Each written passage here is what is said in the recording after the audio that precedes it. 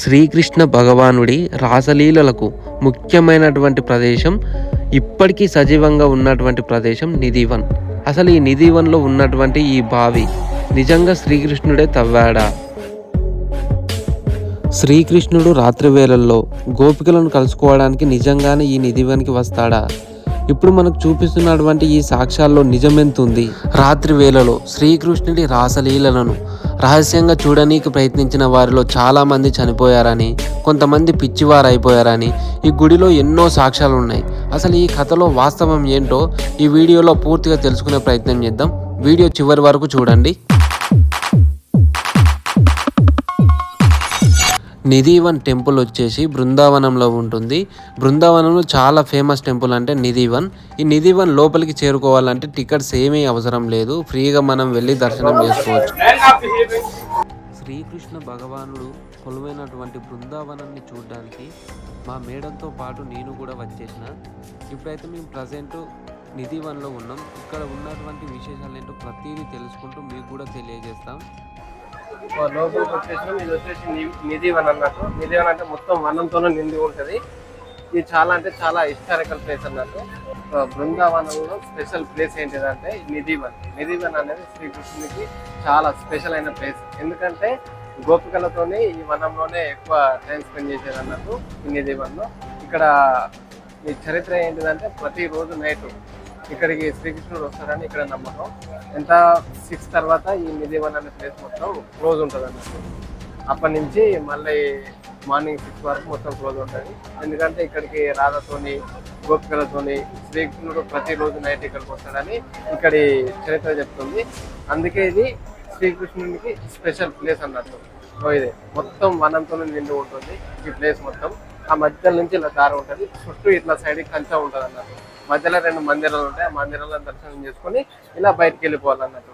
ఒక చూడదగిన ప్లేసెసే, మీరు వచ్చి చూడొచ్చు. ఇది చాలా బాగున్నది. ఓకే, ఇంకో ప్లేస్ దగ్గరికి వెళ్దాం. చలో. నిధివన్ లోపలికి వెళ్ళే దారిలో మొదటగా మనకు కనిపించేది మీరు చూస్తున్నటువంటి ఈ బావి. ఈ బావిని శ్రీకృష్ణుడు తన పిల్లన గ్రోవితో స్వయంగా తవ్వినటువంటి బావి అని ఇక్కడ చరిత్ర చెప్తుంది. దీని చరిత్ర ఏంటిదంటే, విశాఖ అనే ఒక గోపికకు దాహం వేయడం వల్ల తన కోసం తవ్వినటువంటి ఈ బావి, దీని పేరు వచ్చేసి విశాఖ కుండ అని కూడా అంటారు.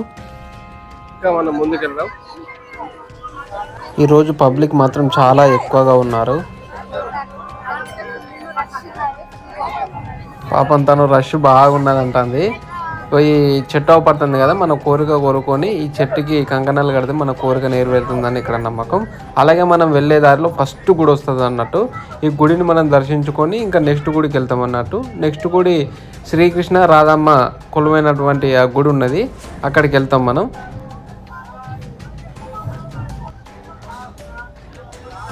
నేనైతే ముందే దర్శించుకొని వచ్చేసిన. తను మాత్రం ఇగో చూడండి, మస్తు అంటే మస్తు ఇబ్బంది పడ్డది. ఇంకా మనం ముందుకెళ్దాం, రాధమ్మ గుడి దగ్గరికి వెళ్దాం. నిధివన్లో లాస్ట్ టెంపుల్ వచ్చేసి రాధమ్మ టెంపుల్. చాలా మిస్టీరియస్ అన్నట్టు ఇది. ఎందుకంటే శ్రీకృష్ణుడు రాత్రి వేళల్లో రాధమ్మతో పాటు వచ్చేసి ఈ గుడిలో ఉంటాడని ఈ భక్తుల నమ్మకం. ఎందుకంటే ఇది క్లోజ్ చేసి వెళ్ళేటప్పుడు శ్రీకృష్ణుడి కోసం ఇలా పాన్పు, తాంబూలము, రాధమ్మ కోసం మేకప్ కిట్టు, గాజులు ఇవన్నీ పెట్టిపోతారు అన్నట్టు. తెల్లారి భక్తుల సమక్షంలో ఓపెన్ చేసినప్పుడు ఇవన్నీ శ్రీకృష్ణుడు వాడినట్టు అక్కడ గుర్తులు ఉంటాయి అన్నట్టు. ఇది ఆనాటి నుంచి వస్తున్నటువంటి భక్తుల నమ్మకం అన్నట్టు. ఇది ఒక మిస్టీరియస్, ఇప్పటికీ ఇలానే ఉంది, ఇలానే కొనసాగిస్తారు అన్నట్టు. అలాగే ఈ నిధివన్లో శ్రీకృష్ణుడి రాక కోసం గోపికలు ఎంతో వేచి చూసేవారు అన్నట్టు. ఇవి చూస్తున్నారు కదా, ఇవి గోపిక మూర్తుల విగ్రహాలు అన్నట్టు.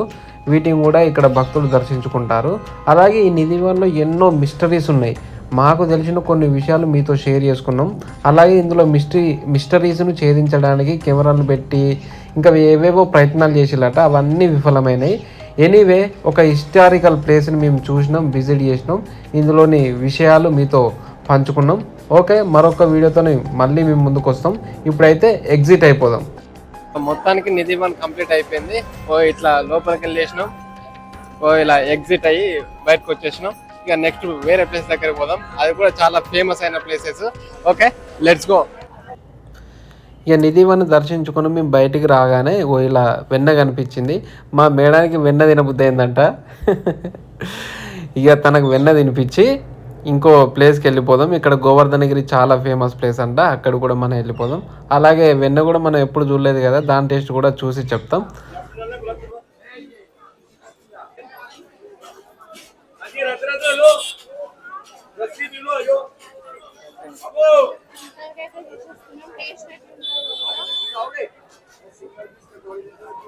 और ये रस्सी लगेगा लो और एक रेडी है देना हो तो